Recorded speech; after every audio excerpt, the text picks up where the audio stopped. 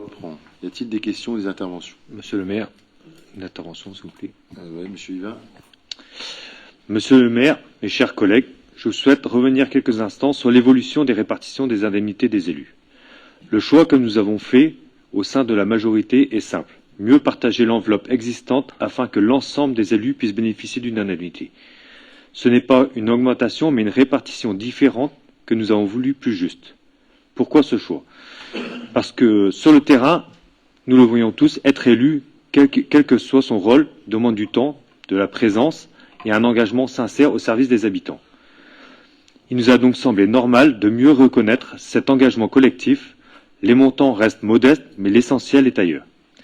C'est une question de reconnaissance, mais aussi d'esprit d'équipe. Nous faisons le choix de valoriser le travail collectif, celui qui fait vivre notre conseil municipal au quotidien.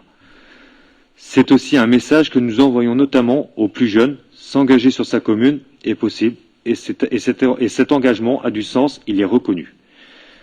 Cette décision, elle ne sort pas de nulle part, elle s'inscrit dans une réflexion que nous menons depuis longtemps au sein de notre équipe, autour du partage et de l'équité. C'est un choix collectif, assumé, fidèle à notre manière de concevoir l'action publique locale. Je vous remercie. Merci. Y a-t-il d'autres interventions? Madame Cortès. Monsieur le maire, mesdames et messieurs les conseillers, nous vous remercions et nous vous félicitons de cette décision qui a été prise, que nous avons portée tout au long de notre campagne. Nous sommes très reconnaissants de cette reconnaissance, effectivement, du travail de tous les élus, peu importe leur place dans cette salle. Nous déplorons seulement d'apprendre cette décision le jour même, en espérant avoir une information un petit peu avant. Merci à vous.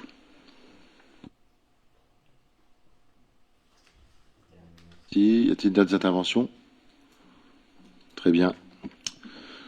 Oui, la décision a été prise. Voilà. Il y avait déjà pas mal de... Il y avait eu 4 demandes de la part de l'équipe de Monsieur Kerjean. J'avais dit qu'on allait répondre à 3. Il y en avait une qui n'était pas. C'était sur la formation des élus. La formation des élus, on en redébattra au conseil municipal de fin du mois, qui sera aussi un point essentiel, je pense, sur la formation de nos élus et sur le budget alloué à la formation de nos élus. Voilà. Sur le reste, les horaires du conseil municipal à 19h, les commissions à 19h, les indemnités des élus, c'est-à-dire, ça a été voilà, une réflexion de fond. Merci.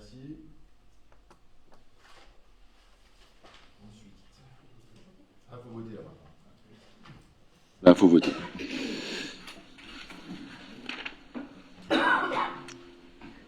Donc, y a-t-il des avis contraires? Des abstentions? Unanimité, merci.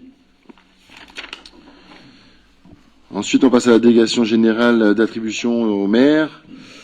Je vais peut-être pas tout lire. Je vais lire le début. Tout ce qui est cadre général, je suis pas obligé de le lire. Donc, l'article L2122-22 du Code général des collectivités territoriales stipule qu'un certain nombre d'attributions limitativement énumérées peuvent être confiées au maire par le conseil municipal. Afin de faciliter la bonne administration de la commune et d'assurer la continuité de la vie locale, il est proposé au conseil municipal, dans un souci de continuité de la vie locale, de procéder au vote de la délégation générale d'attribution du conseil municipal au maire.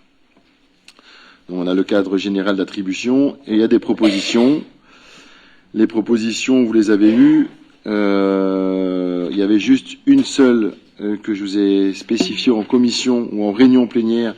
C'était le point numéro 15 qui a été modifié par rapport à ce qui existait sur l'ancien mandat, qui était le droit de préemption. Donc je vais le lire, le point numéro 15. Exercer au nom de la commune les droits de préemption définis par le Code de l'urbanisme, que la commune en soit titulaire ou délégataire, de déléguer l'exercice de ses droits à l'occasion de l'aliénation d'un bien sur les dispositions prévues aux articles L211-2 à L211-2-3 ou au premier alinéa de l'article L213-3 de ce même code dans les conditions suivantes. Délégation ne s'appliquant que pour la préemption de biens dont la valeur est inférieure ou égale à 500 000 € net vendeur.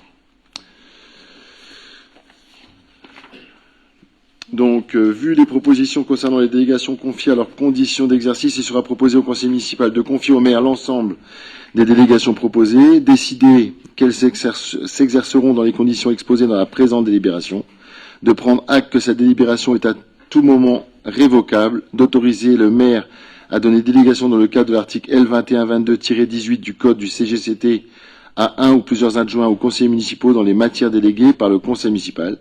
Dire que l'article L2122-17 du CGCT s'appliquera en cas d'absence ou d'empêchement du maire et des adjoints aux conseillers municipaux ayant reçu prioritairement délégation du maire, et d'autoriser le maire à subdéléguer sa signature à la directrice générale des services, au directeur du service finance et au directeur des services techniques conformément à l'article L2122-19 du CGCT dans les domaines et pour les actes définis dans chaque arrêté de délégation. Avez-vous pris en compte les projets de délibération? Y a-t-il des questions? Madame Morvan. Monsieur le maire, chers collègues, une explication de notre vote. Derrière une délibération présentée comme technique, il y a en réalité un choix politique important. Celui du niveau de contrôle que le conseil municipal conserve sur des décisions engageant fortement la collectivité. Nous comprenons les contraintes de réactivité, notamment dans un contexte d'augmentation des prix, et la nécessité pour la commune de pouvoir agir rapidement, en particulier en matière de préemption. Pour autant, le passage du seuil de 180 000 à 500 000 euros constitue un changement d'échelle très important. Il faut rappeler que la commune dispose de 2 mois pour exercer son droit de préemption et qu'un conseil municipal peut être réuni en urgence avec un délai d'1 jour. Ces éléments permettent déjà de concilier réactivité et cadre démocratique. Par ailleurs, nous constatons que les délégations en matière de marché public sont maintenues au seuil maximum. Cela signifie que des montants très importants, jusqu'à plusieurs millions d'euros, pour certains marchés, pourront être engagés sans passage devant le conseil municipal. Pris séparément, chacun de ces éléments pourrait faire l'objet d'un débat. Mais cumulés, ils conduisent à concentrer fortement la décision entre les mains de l'exécutif, au détriment du rôle, du contrôle et de débat du conseil municipal.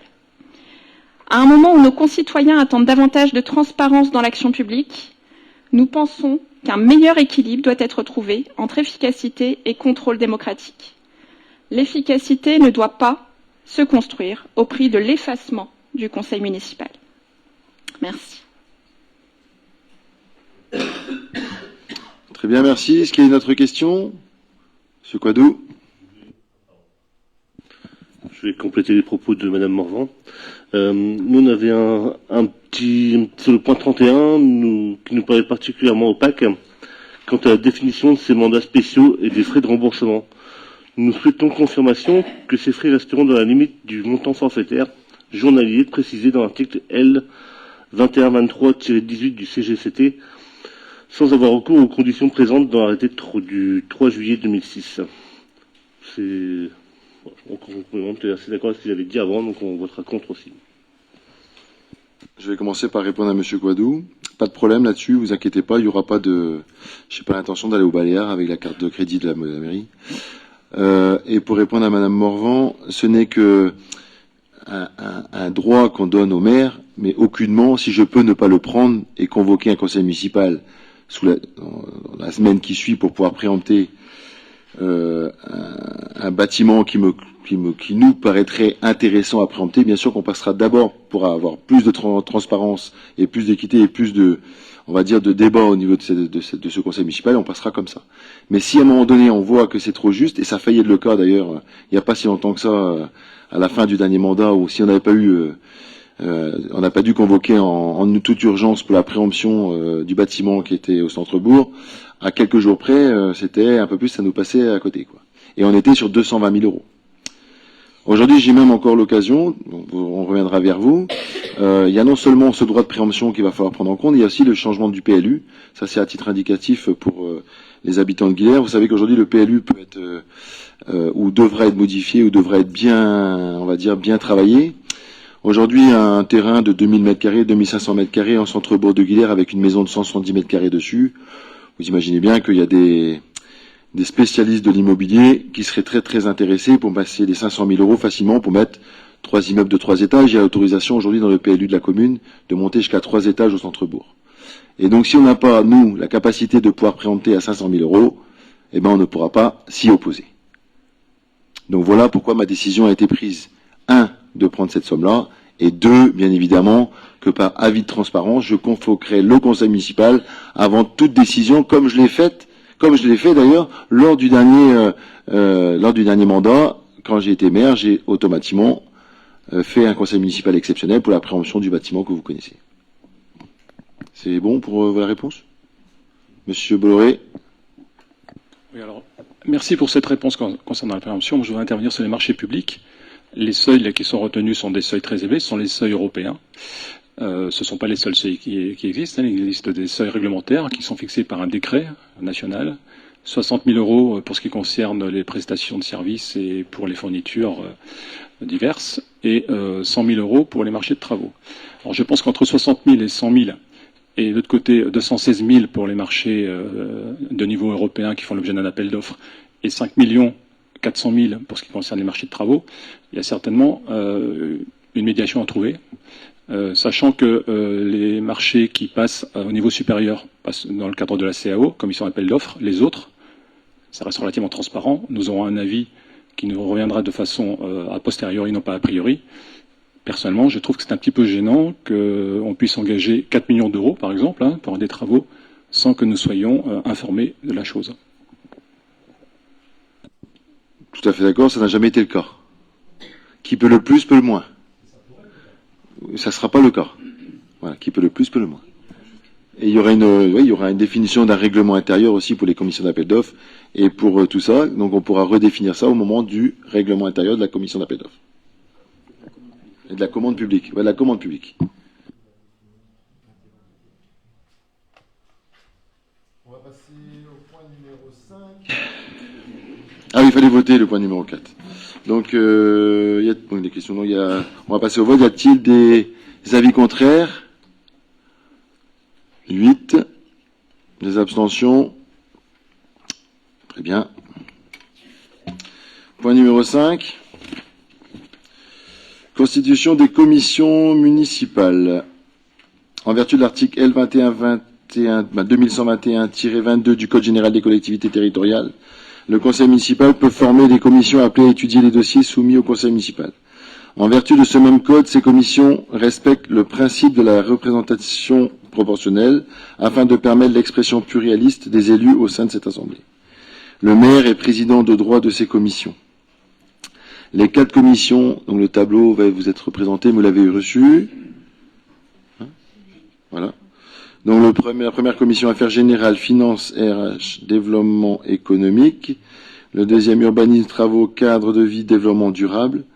La troisième commission solidarité, éducation, jeunesse et bien vieillir. Et la quatrième, culture, sport, vie associative et communication. Vous avez pris note des commissions. Oui, c'est pas. Oui. Oui, il y a une inversion, ouais. Il y a une inversion dans les titres en haut.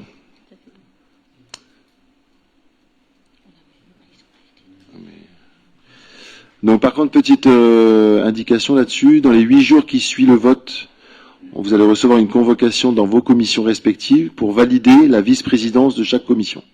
Donc, je vous préviens aujourd'hui, en fait, que vous allez sans doute recevoir dès demain. Voilà, il faut que la commission se réunisse dans les 8 jours suivant le conseil municipal. Juste pour élire la vice-présidence de la commission. Ça va pas durer longtemps, mais c'est une obligation légale. Donc c'est à titre d'indication. Y a-t-il des questions? Il n'y a pas que le haut qui est pas bon, puisque sur Culture Sport, je pense que David Thomas et Michael Piscalec sont bien dans cette commission-là. Par contre, nous, on n'avait pas nommé, au hors protest, on avait mis Adeline Seller pour la commission sport.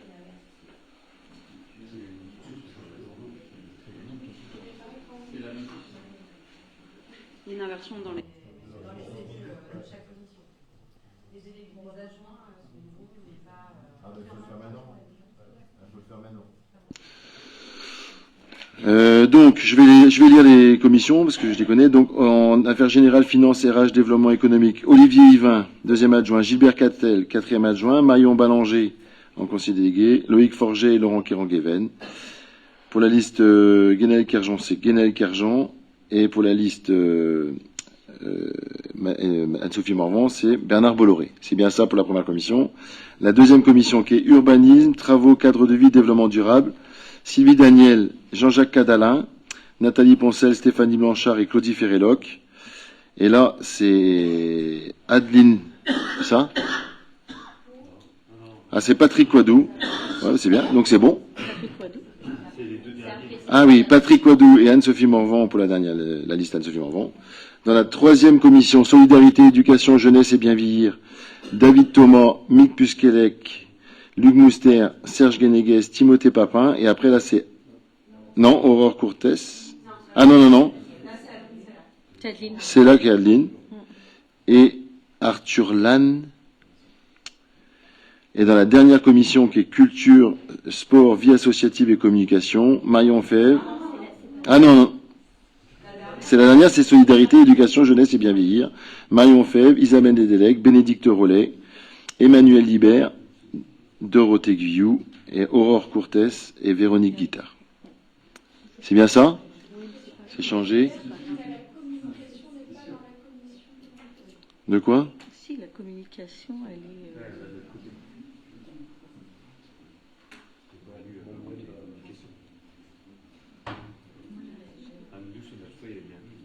Ouais, dans notre feuille à nous, elle est bien mise. Ah, mais là, il faut changer maintenant.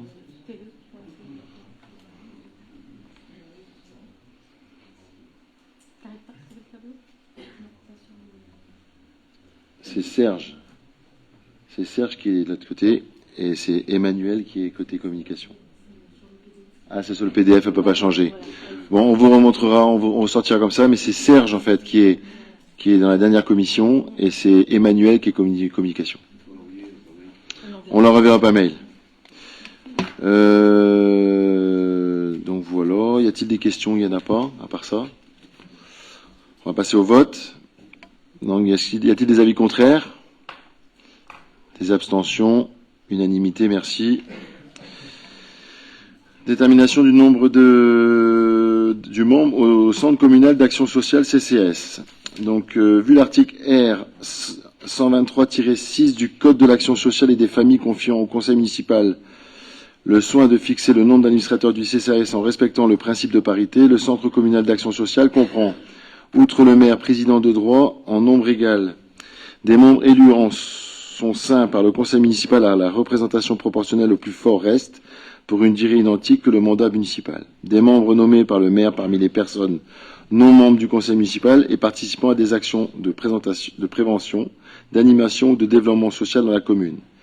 Parmi ces membres doivent au moins figurer un représentant désigné sur proposition de l'unité départementale des associations familiales, un représentant des associations de retraités et de personnes âgées du département, un représentant des associations de personnes handicapées du département, un représentant des associations qui œuvrent dans le domaine de l'insertion et de la lutte contre l'exclusion. Le nombre de membres du conseil municipal du CCAS est fixé par délibération du conseil municipal. Il est donc proposé au conseil municipal de fixer à 17 le nombre de membres du conseil d'administration du CCAS, parmi lesquels figureront, outre le maire, président, 8 représentants du conseil municipal. Y a-t-il des questions sur le nombre de membres? Il n'y en a pas. Nous allons passer au vote. Y a-t-il des avis contraires? Des abstentions? Unanimité, merci. Le point numéro 7, élection des membres du CCAS.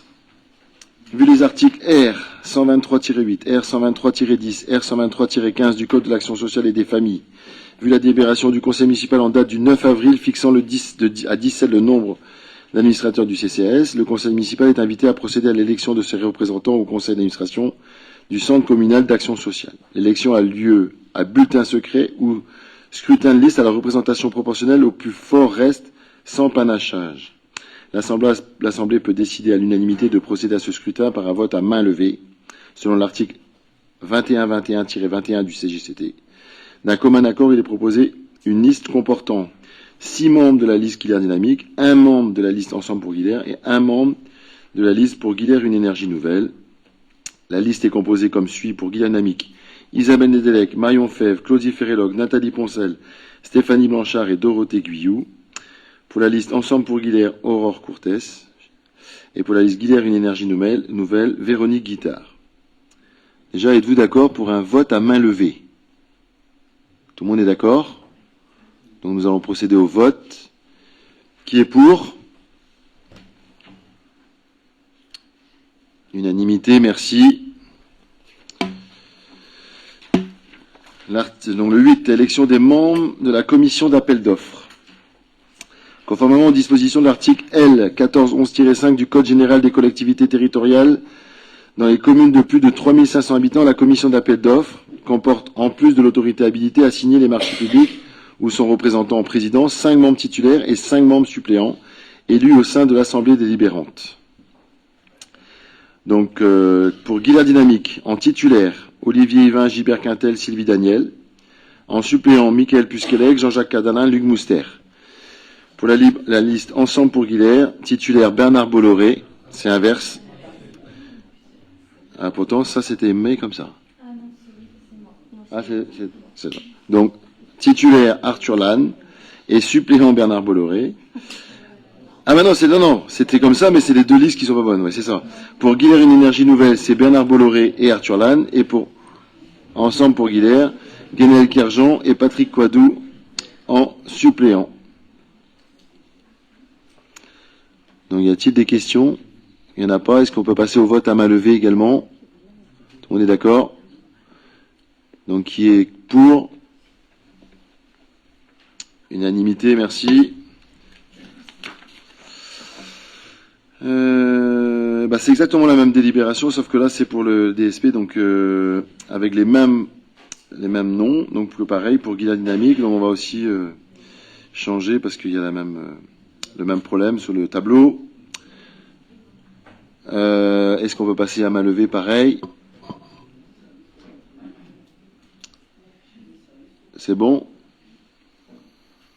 Donc, qui est pour? Pareil, unanimité, merci. Le point numéro 10, désignation des représentants au conseil d'administration de l'école de musique, de danse et de théâtre. Donc, le conseil d'administration de l'école de musique et de danse est composé d'un collège de 11 membres adhérents. Chaque section était représentée par au moins un membre. Et pour la commune, de 3 représentants du conseil municipal membres de droit. Donc, Guilherme Dynamique, David Thomas et Luc Mouster. Ensemble pour Guilherme, Adeline Seller. Donc, y a-t-il des questions? Il n'y en a pas. Est-ce qu'on peut passer à vote à main levée? Oui. Qui est pour? Unanimité, merci. Point numéro 11, désignation au conseil d'administration de l'Agora. Le conseil d'administration de l'Agora est composé d'un collège de 9 à 15 membres adhérents individuels et un collège de 6 à 12 membres de représentants des associations adhérentes, et d'un collège de 5 membres de droit, dont, pour la commune, le maire ou son représentant, et 2 conseillers municipaux élus. La liste des représentants du conseil municipal au conseil d'administration de l'Agora sera présentée ou proposée au vote, donc aujourd'hui. Guilherme Dynamique, Isabelle Nedelec, le maire, et Guilherme une énergie nouvelle, Anne-Sophie Morvan. Y a-t-il des questions? Il n'y en a pas. On passe au vote. Qui est pour? Unanimité, merci. Désignation des représentants au conseil d'école. L'article D411-1 du Code de l'éducation précise la composition des conseils d'école. Il précise que pour la commune, son membre, le maire ou son représentant, et un conseil municipal désigné par le conseil municipal. Il est proposé de désigner pour la commune le maire et Bénédicte Rollet. Pareil, on peut passer au vote à main levée. Y a-t-il des gens qui sont... Donc, qui est pour? Ah, non? Monsieur Kerjan? Attends, relevez, qui est pour? Donc, qui s'abstient? 2 abstentions ou 4 abstentions? 4 abstentions.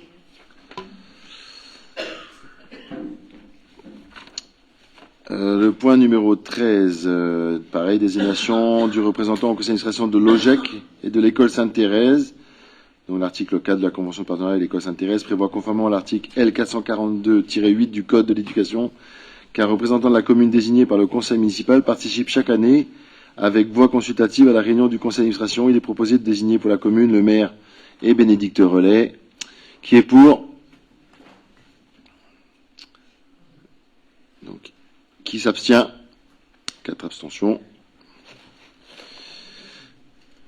Statut du syndicat intercommunal des pompes funèbres des communes associées à la région brestoise, PFCA, la modification.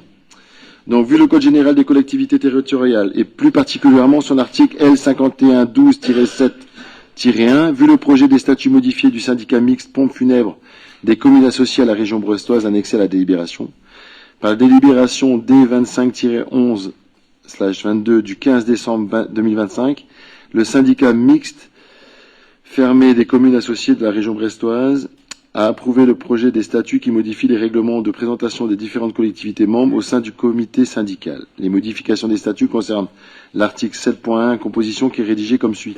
La représentation des membres au sein du comité syndical est la suivante. Brest Métropole, 7 délégués titulaires et 7 délégués suppléants. Les communes de plus de 100 000 habitants, 5 délégués titulaires, 5 suppléants. Les communes de 10 000 habitants, 2 délégués titulaires, 2 suppléants. Et les communes de moins de 10 000, 1 délégué titulaire et 1 délégué suppléant. Suite à l'adoption de cette modification au comité syndical, chaque collectivité territoriale membre dispose d'un délai de 3 mois pour se prononcer sur le projet des statuts modifiés, étant rappelé que les statuts modifiés n'entreront en vigueur qu'après approbation par arrêté préfectoral. Il sera proposé aux membres du conseil municipal d'approuver le projet des statuts modifiés du syndicat mixte pompes funèbres des communes associées de la région brestoise, annexé à la présente délibération. Y a-t-il des questions? Il n'y en a pas. On va passer au vote. Y a-t-il des avis contraires? Des abstentions? Unanimité, merci. Point numéro 15, désignation d'un délégué titulaire et d'un délégué suppléant au CIVU des PFCA.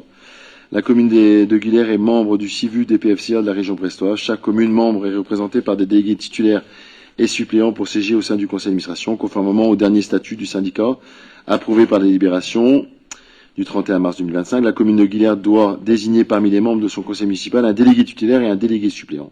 Il est proposé de désigner pour la commune en titulaire M. Loïc Forget et en suppléant Mme Emmanuelle Libert.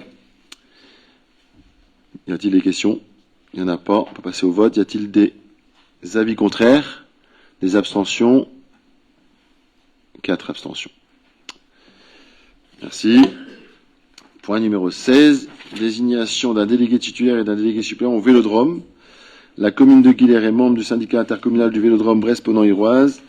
Chaque commune membre est représentée par ses délégués titulaires et suppléants pour siéger au sein du conseil d'administration. La commune de Guilher doit désigner parmi les membres de son conseil municipal un délégué titulaire et un délégué suppléant. Il est proposé de désigner pour la commune en titulaire M. Timothée Papin et en suppléant M. Michael Puskelec. Y a-t-il des questions? Il n'y en a pas. Y a-t-il des avis contraires? Des abstentions? 4. Merci. Désignation du correspondant défense. Le conseil municipal doit désigner en son sein un correspondant défense. Il est proposé de désigner pour la commune Loïc Forget. Y a-t-il des questions? Il n'y en a pas. Y a-t-il des avis contraires? Des abstentions? 4. Merci.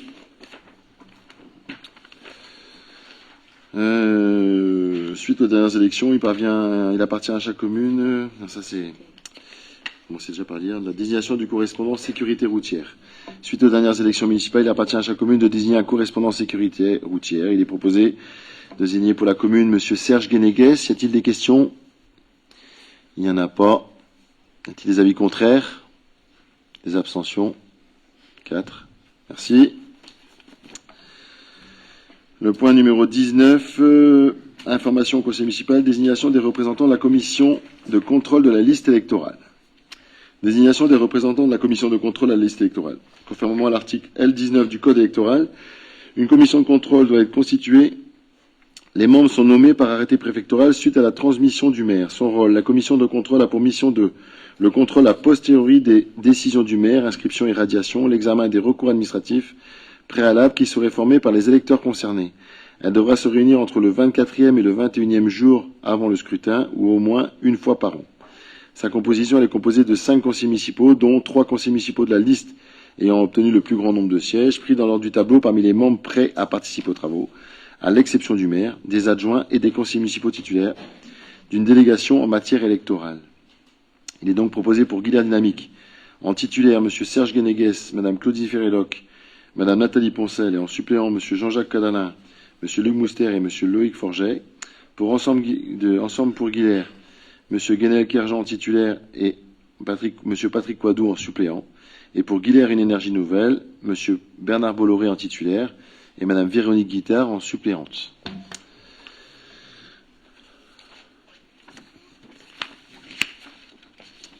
Ensuite, information. Ah oui, vote, hein. Donc, non, il n'y a pas de vote, c'est une information. Information. Information du conseil municipal, désignation des représentants au sein de divers conseils d'administration. C'est pareil, c'est une information. Le conseil municipal prendra connaissance de la nomination de ses représentants au sein des conseils d'administration du collège de Croizard-Pénoc, 2 représentants, et l'amicale laïque, 1 représentant. Au collège de Croizard-Pénoc sera Madame Bénédicte Rollet et Madame Marion Fèvre, et à l'amicale laïque sera Madame Bénédicte Rollet.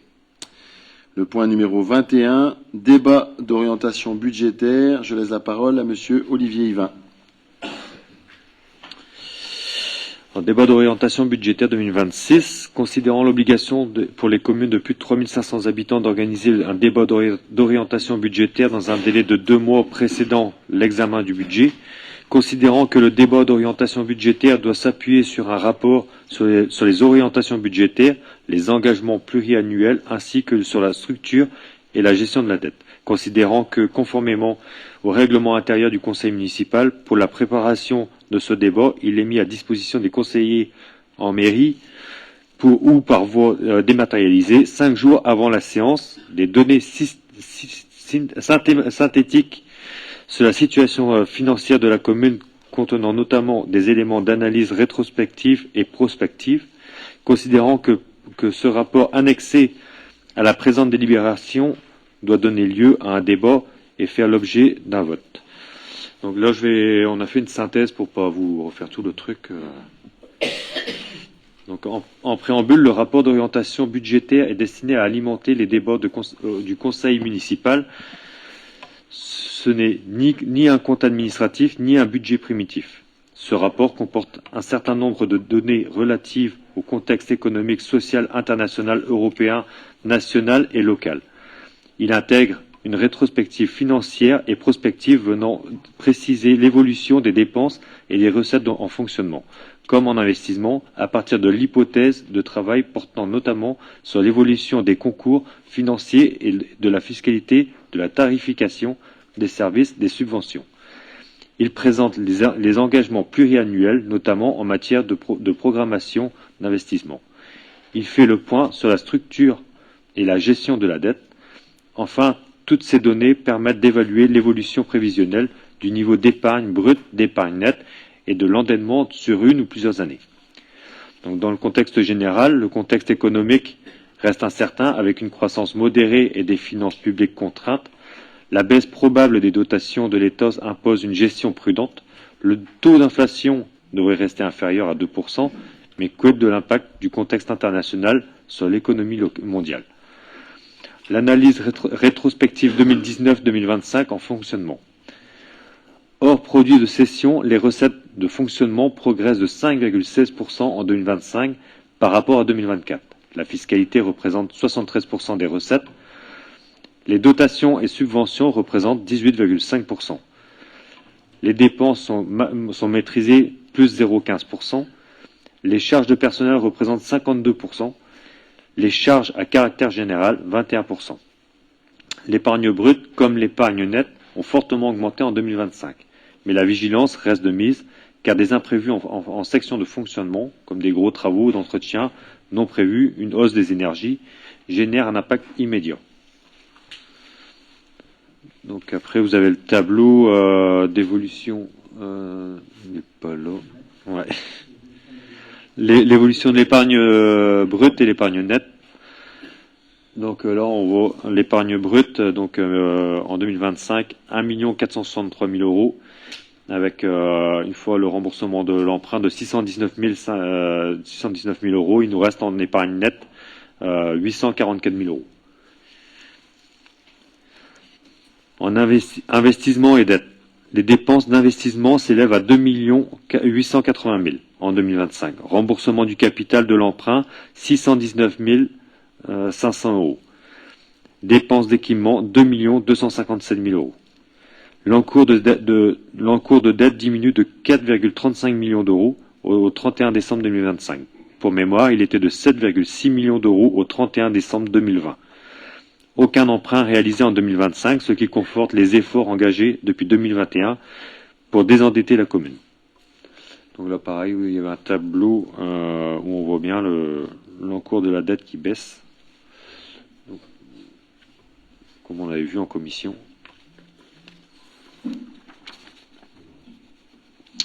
Et le ratio de désendettement continue à s'améliorer et permet donc d'envisager un avenir sereinement. Donc là, on était à moins de 3 années de la dette. Prospective 2026-2028, en fonctionnement. Les recettes sont peu dynamiques, notamment en raison de la baisse prévisible des dotations de l'État. Les charges sont en hausse, personnel, énergie, les assurances. Les hypothèses de travail retenues sont prudentes, mais l'on voit que le contexte international et national nous donne raison. Il faut garder en tête le risque d'effet ciseaux nécessitant une vigilance accrue. Pour la prospective 2026-2028 en investissement. En ce début de mandat, la prospective s'appuie sur les projets déjà engagés. La capacité d'investissement de la commune est maintenue grâce à l'autofinancement, aux subventions et aux emprunts prévisionnels de 900 000 euros qui seraient contractés en 2026. Le solde disponible pour les dépenses d'investissement, autres que celles déjà engagées, la salle de tennis, la rénovation énergétique, s'élève à environ 1,1 million d'euros pour la période 2026-2028. Avec en section d'investissement à l'équilibre fin 2028. Pour la prospective 2026-2028, l'évolution de l'épargne. Après une diminution prévisionnelle de l'épargne en 2026, celle-ci va se stabiliser. Donc on a le graphique.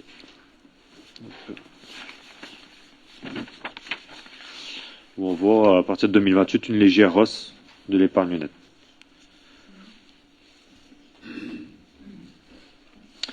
Prospective 2026-2028, l'évolution de la dette. L'impact de l'emprunt de 900 000 euros sur la dette est vite absorbé. Donc là, pareil, vous avez le tableau le graphique qui permet de voir un peu l'évolution. Et ensuite, après, on a le tableau, le ratio de désendettement. Et nous serons un peu moins de 4 années. Donc en intégrant les 900 000 euros d'emprunt réalisés en 2026, le ratio de désendettement se stabilise autour de 4 années entre 2026 et 2028. En conclusion, la situation financière de la commune est saine mais sous tension. Le maintien de l'épargne et la maîtrise des dépenses sont indispensables.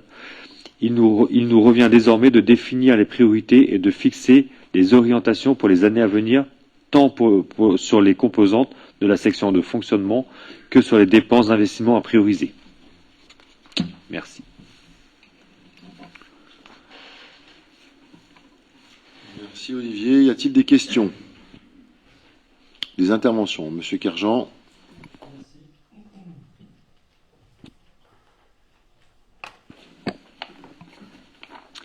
Monsieur le maire, mesdames et messieurs les conseillers, le rapport d'orientation budgétaire qui vient de nous être présenté est le même que celui qui a servi de support au débat du 12 février dernier. Débat au cours duquel notre précédente minorité était intervenue. C'était l'occasion de faire le bilan de la gestion financière de la commune depuis 2019 et d'apprécier la situation laissée à la future majorité, la vôtre donc, monsieur le maire. En fonctionnement, les dépenses ont été contenues tout au long du mandat, ce qui est un point positif au premier regard. Seulement, la promesse d'une police municipale n'a jamais vu le jour et l'occupation du poste lié au développement durable a été particulièrement éphémère. On peut en conclure que l'offre de services n'a guère évolué, malgré les intentions affichées par la précédente majorité.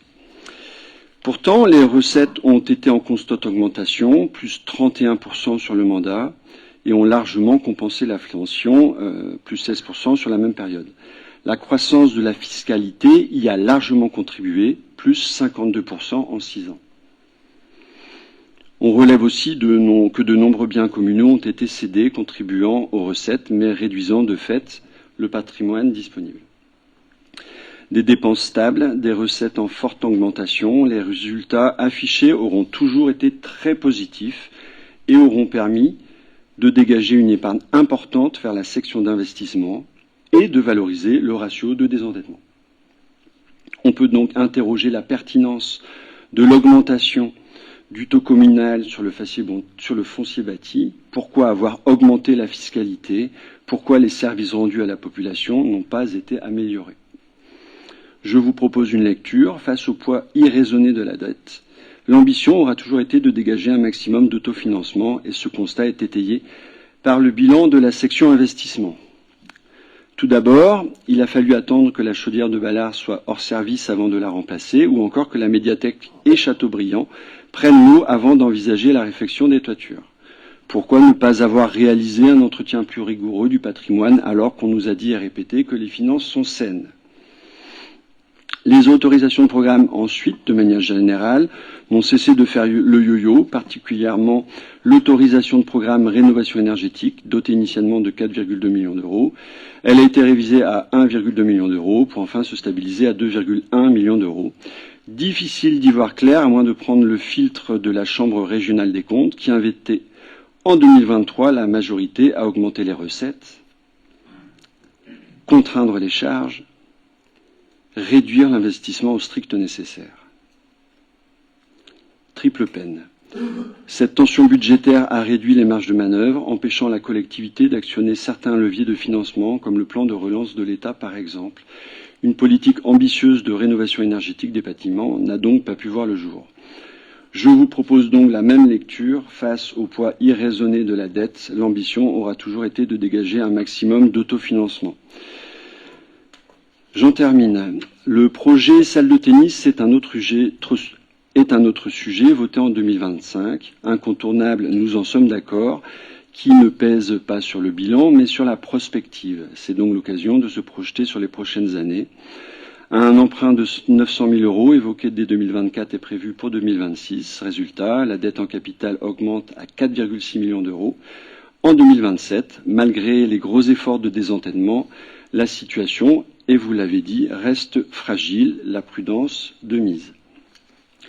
Ce constat accumulé au report de déficit sur 2026, au solde des AP rénovation énergétique et salles de tennis, aux subventions d'investissement inscrites mais non acquises, au recul de la DGF pour participer au désendettement de l'État, montre que l'équation financière est complexe.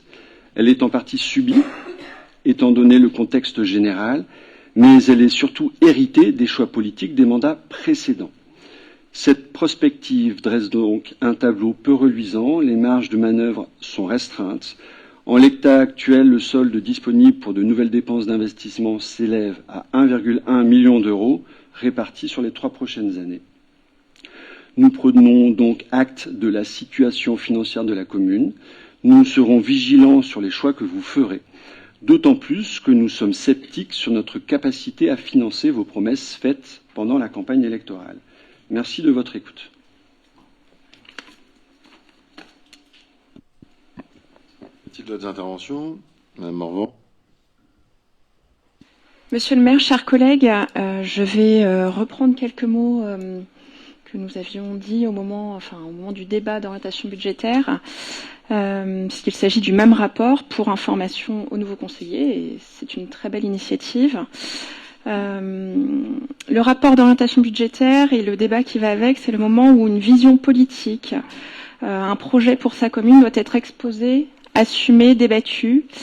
C'est lui qui fixe une trajectoire, les priorités, les arbitrages à venir, dans un contexte national, international et climatique très incertain. La prudence est nécessaire, c'est ce qui a été évoqué dans ce rapport. La prudence ne peut pas tenir lieu de cap, elle doit s'inscrire dans une stratégie claire. Or, dans ce rapport et dans les débats que nous avions eus, nous ne voyons ni hiérarchisation des priorités, ni perspective pluriannuelle structurée, ni ambition clairement formulée pour la commune. Vous nous aviez dit jeudi dernier en réunion plénière que le budget reflèterait le rapport d'orientation budgétaire. Je vous pose donc la question, y aura-t-il une hiérarchisation des priorités, une perspective pluriannuelle structurée et une ambition clairement formulée pour la commune? Merci. Merci. Je vais répondre globalement aux 2 questions ou aux 2 interventions. Qui en fait, c'est plutôt les bilans des mandats passés qu'on vient d'avoir comme intervention plutôt que Et vu qu'il y a un nouveau maire, il y a une nouvelle équipe, je ferai pas de débat là-dessus. Je suis pleinement conscient et j'assume complètement d'avoir été dans la majorité municipale avant et j'assume complètement le bilan de la collectivité aujourd'hui financière. Et ça fait 12 ans que je suis autour de cette table, pas ici tout au bout, mais autour de la table. J'ai l'impression que ça fait 12 ans que j'entends la même chose, comme quoi le budget est catastrophique de la commune de Guilherme. Pourtant, il ne cesse d'évoluer, positivement pour moi. On a continué à investir énormément sur la commune. On nous a reproché successivement par les minorités et les oppositions trop de logements, trop de bétonisation. Et donc la fiscalité à 52% n'est pas due au taux de la fiscalité, mais bien à l'augmentation du nombre d'habitants et de foyers sur la collectivité, plutôt que de faire peur et d'être anxiogène au niveau de la population. Les 52%, c'est pas le taux qui a augmenté, hein, c'est le nombre d'habitations qui fait que le taux la rentrée d'argent sur la taux de fiscalité augmente. Ça, c'est le premier point, vu le nombre de foyers qu'on a aujourd'hui par rapport à ce qui était le cas il y a 12 ans. Le choix politique, et c'est vrai que si on revient sur le mandat précédent, et on avait fini par cette conclusion-là avec Monsieur Jacopin, qui aujourd'hui n'est plus sur la minorité, mais qui l'était, eh ben oui, c'est un choix politique. Nous, c'est le choix politique qu'on fait, c'est qu'on essaye de faire attention à nos charges de fonctionnement pour avoir un maximum de capacité financière à investir et à mettre dans la section d'investissement, contrairement à ce qu'avait dit M. Jacopin à l'époque, que lui, il aurait augmenté les charges de fonctionnement pour avoir peut-être des services à la population plus forts ou plus importants. J'ai pas l'impression qu'on a manqué dans les services à la population. Ça, c'est votre choix, c'est pas le nôtre.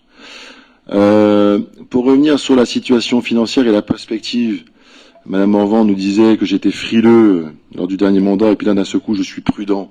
Bah oui, parce que depuis, il y a eu la guerre, et donc, étant donné que en 2 mois, ça change la donne, hein, il y a eu quelques missiles à passer par là depuis un moment, et puis le prix du pétrole et le prix du gaz et de l'essence et de l'énergie n'est plus la même qu'il y a 2 mois, Madame Morvan.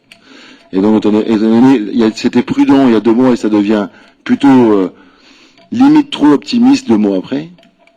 Comme quoi, des fois, il faut savoir être prudent plutôt que d'être trop marseillais ou trop s'enflammer sur les prévisions communales. Surtout quand c'est pas notre argent et que c'est de l'argent public. Sur ce qui va être fait et ce qui va être débattu pour les projets de la liste et de notre débat d'orientation budgétaire et du budget, le budget va correspondre complètement au débat qu'on a aujourd'hui et au ROB qui vous est présenté.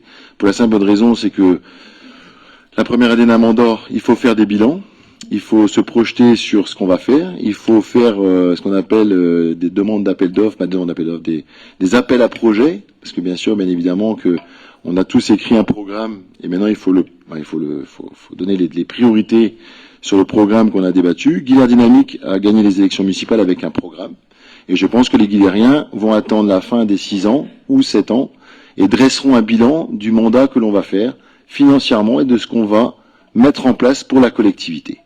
Après, le reste, hein, on pourra débattre et faire un débat d'orientation budgétaire, de comment on gère la collectivité.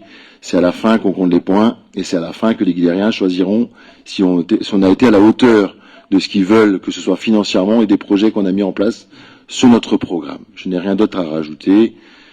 Voilà, je serai transparent sur les finances au maximum. Je pense qu'une collectivité qui tourne aux alentours de 4 ans d'annuité de la dette, et une dette comme ça, avec des investissements qu'il y a eu par rapport à la strate de la population, il y a plusieurs collectivités qui en rêveraient. Voilà. Monsieur le maire, juste une petite remarque. Je reprends les termes de Monsieur Carjean. En l'occurrence, l'investissement, c'est bien, mais le fonctionnement, c'est aussi utile. Le fonctionnement, c'est aussi l'entretien des locaux. Et un entretien des locaux qui est bien fait, c'est aussi un investissement. Ça fait durer les structures au long cours. Moi, ma crainte, c'est qu'on investisse beaucoup, mais qu'on ne mette pas d'argent pour entretenir. Donc, un bâtiment neuf qui n'est jamais entretenu, rapidement vieillit. Donc, il faut penser à mettre de l'argent de côté pour assurer l'entretien courant. D'ailleurs, il y a un entretien normatif qui est réglementaire sur lesquels on ne peut pas passer outre. Mais l'entretien des toitures et tout ça, une chaufferie, ça se programme en termes de remplacement. Ça ne se décide pas sur un coup de dé au dernier moment. Si on ne le fait pas, en effet, c'est de la perte d'argent. Si on le fait à temps, c'est de l'investissement.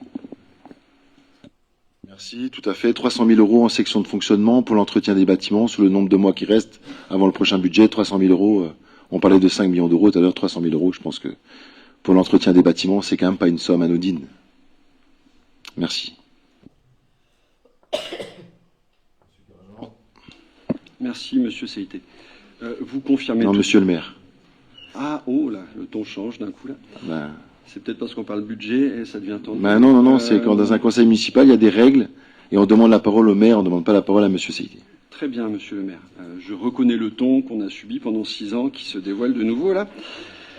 Qu'allais-je dire? Oui, vous confirmez quand même que le taux de fiscalité a augmenté pendant le mandat. J'ai eu l'impression dans votre propos que vous sous-entendiez que le taux n'avait pas augmenté. Le taux communal a bien augmenté pendant le mandat. Est-ce que je dois faire le bilan des mandats passés? Le taux là que vous avez présenté dans le DOB et dans le ROB, il y a bien 0 augmentation du taux d'imposition. On est bien pour débattre en 2026 du budget. On ne va pas refaire le bilan de Pierre Augore et de la mandature précédente pendant des années ou des mois. Je suis entièrement d'accord, mais dans ce cas, soyez précis, vous dites.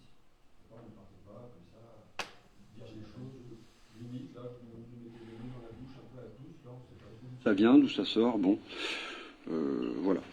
Et ensuite, au sujet des services rendus à la population, nous, on constate que vous aviez promis une police municipale il y a 6 ans, qu'elle, simplement, n'est pas à l'œuvre à la fin du mandat précédent. Mais je ne faisais qu'un bilan du mandat précédent. Vous avez raison, monsieur le maire. Pardon. Merci monsieur Kerjean. Donc nous allons passer au vote. Y a-t-il des avis contraires? Ah, c'est un acte du débat. Ouais. Ah, c'est acte du débat. C'est pas. Donc ça veut dire quand même qu'il faut voter. Si. Voter l'acte. Donc y a-t-il des avis contraires, des abstentions? Merci, unanimité. Le point numéro 22, rénovation et extension de la salle de tennis, demande de subvention. Monsieur Olivier Yvain.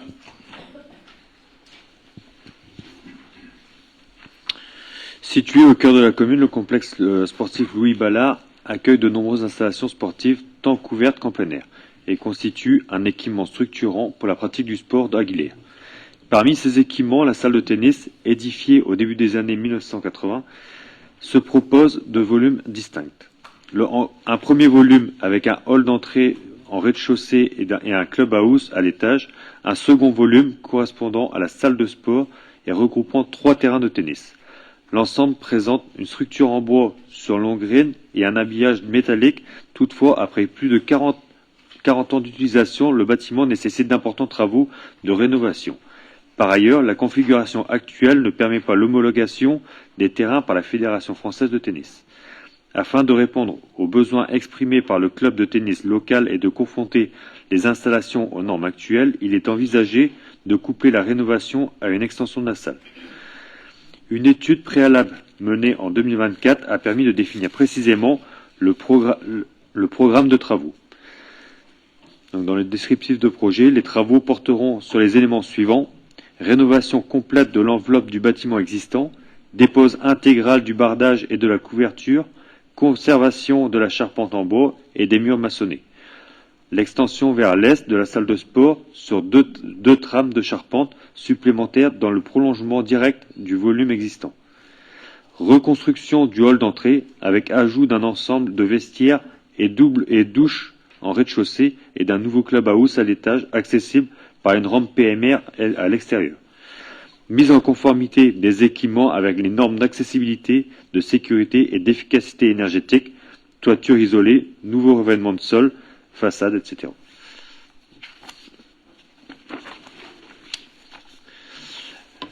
L'aménagement de 3 terrains de tennis homologables. À l'issue des travaux, l'emprise au sol passera d'environ 1800 m² à 2300 m².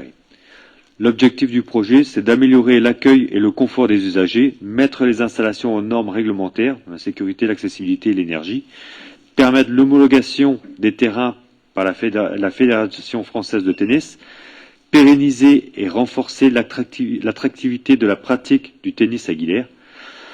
Alors, pour la maîtrise d'œuvre et les coûts de l'opération, ce projet a été élaboré en concertation avec les représentants du club de tennis et confié à une équipe de maîtrise d'œuvre composée de Haut Architecture, un architecte mandataire, SCAR Ingénierie, un économiste maîtrise d'œuvre d'exécution, et ATIS, un bureau d'études fluides et thermiques. Le coût total de l'opération s'élève à 1 600 000 euros hors taxes, comprenant travaux, 1 497 000 euros hors taxes, honoraires de maîtrise d'œuvre, 84 000 euros hors taxes, les études et frais annexes, 19 000 euros hors taxes. Le calendrier prévisionnel, le démarrage des travaux, comme on l'a dit tout à l'heure, mai 2026, et la fin des travaux est prévue pour juin 2027. Le plan de financement prévisionnel hors taxes de l'opération. Donc tout ce qui est État et DETR, 1 600 000, soit 13%. Le montant de subvention sollicité, 208 000 euros. Le conseil départemental du Finistère, 15%, 240 000 euros. L'Agence nationale du sport d'autofinancement, commune de Guilherme, 992 000 euros, soit 1 600 000 euros. Ce plan de financement est prévisionnel et sera ajusté en fonction des subventions effectivement obtenues. L'inscription budgétaire, les crédits nécessaires à la réalisation de cette opération seront inscrits au budget principal de la commune. Ce projet a été validé par le conseil municipal le 3 juillet 2025 sur la base d'un coût total hors taxe de 1 420 000 euros. Le coût réel des travaux étant désormais connu, il sera proposé au conseil municipal de valider le plan de financement prévisionnel et d'autoriser le maire à solliciter les subventions qui y sont mentionnées. Y a-t-il des questions? Il y en a. Madame Morvan. Alors, une question sur les travaux de la salle de tennis. Je voudrais m'assurer qu'un coordinateur SPS sécurité protection de la santé est bien prévu pour cette opération compte tenu de la nature des travaux, rénovation lourde et extension avec plusieurs entreprises. Pouvez-vous me confirmer que c'est bien intégré et à quel stade ce coordinateur sera missionné? Oui, c'est le cas. Il y a bien un agent SPS qui va suivre le dossier, qui a été mandaté pour suivre le chantier. Donc il n'y a pas d'autres questions? On va passer au vote et puis après on va montrer pour les nouveaux élus les plans qu'on avait de la salle, mais on va d'abord commencer par passer au vote. Y a-t-il des avis contraires? Des abstentions? Abstention? Non. Unanimité, merci. Alors voilà, vous avez au tableau, là-bas à l'écran, donc la future salle. Là c'est l'ancienne, ça c'est l'ancienne, et donc voilà l'état de la salle. Et donc après vous avez voilà le projet. Donc ça et ça va devenir ça. Donc augmentation de 2 travées, un clubhouse qui est doublé, des vestiaires tout en dessous, des vestiaires en dessous pour la pratique et une passerelle pour l'accès PMR. Alors, bien sûr, tout ce qui est personnes à mobilité réduite pourront accéder par en bas. Là, vous voyez à droite, le chemin va être bien sûr gardé. Et pour l'accès clubhouse, il y a une passerelle de prévue qui longe la salle de hand et qui arrive directement dans le clubhouse. Voilà à peu près. Et donc, là, on voit bien. Voilà. Voilà le projet. Et donc, c'est le projet qui démarre, comme je vous disais, tout début du mois prochain, avec la passerelle qu'on voit là, l'accessibilité directement sur une porte avec doublation. On double la capacité du clubhouse parce qu'en fait, ils aimaient bien regarder les matchs de l'étage et donc l'accessibilité. Voilà, mais la couleur, c'est à peu près ça aussi. Hein. Bon, après, c'est à peu près ça les couleurs. Voilà, donc voilà par rapport à la salle de tennis. Dernière information ou plusieurs informations que j'avais à vous donner. Donc les commissions vont devoir vont être convoquées rapidement pour voter la vice-présidence. Deuxième chose, on va fixer une date avec les représentants des têtes de liste, que ce soit Monsieur Kerjean et Madame Morvan, pour faire une visite à tous les conseillers municipaux, visite de tout le patrimoine communal. Je crois que c'est important que les élus aient une connaissance de la collectivité, donc on va organiser ça avec les minibus de la commune pour faire le tour de tous les élus du conseil municipal pour visiter les sites de la commune. Et ensuite, au 30 avril, où on va fixer, il y aura le conseil municipal budget, mais aussi on parlera de la formation des élus, avec un débat sur la formation des élus pour justement appréhender le rôle d'élu. Alors tout se fait pas en 15 jours et en un mois, hein, et donc bien sûr ça met un peu de temps à se mettre en place, mais on fera ça sur les 2-3 prochains conseils municipaux pour que les élus soient plus à l'aise dans leur mandat. Voilà, s'il n'y a pas d'autres questions d'affaires courantes. La prochaine commission plénière donc aura lieu le 23 avril. Ce ne sera pas forcément une commission plénière d'ailleurs. Il y aura une commission plénière par rapport au budget, mais après il y aura peut-être des commissions. Les commissions se retrouveront peut-être pour les débats qui leur sont propres. Avant, bien évidemment. Et le prochain conseil municipal, le 30 avril, la dernière date limite pour le budget. Et donc il y aura bien une commission avant par rapport aux 8 jours, comme je vous le redis. D'accord? Merci, bonne soirée. Ah oui, le PV. Ah oui, le PV. Parce que tout à l'heure, j'ai dit à Timothée de venir signer le PV, mais est-ce qu'il y avait des remarques à faire sur le PV, le dernier PV de l'élection du maire et du conseil? Il n'y en a pas. Donc, Monsieur Papin, il faudra que vous veniez signer le PV. Très bien, merci. Bonne soirée à toutes et à tous.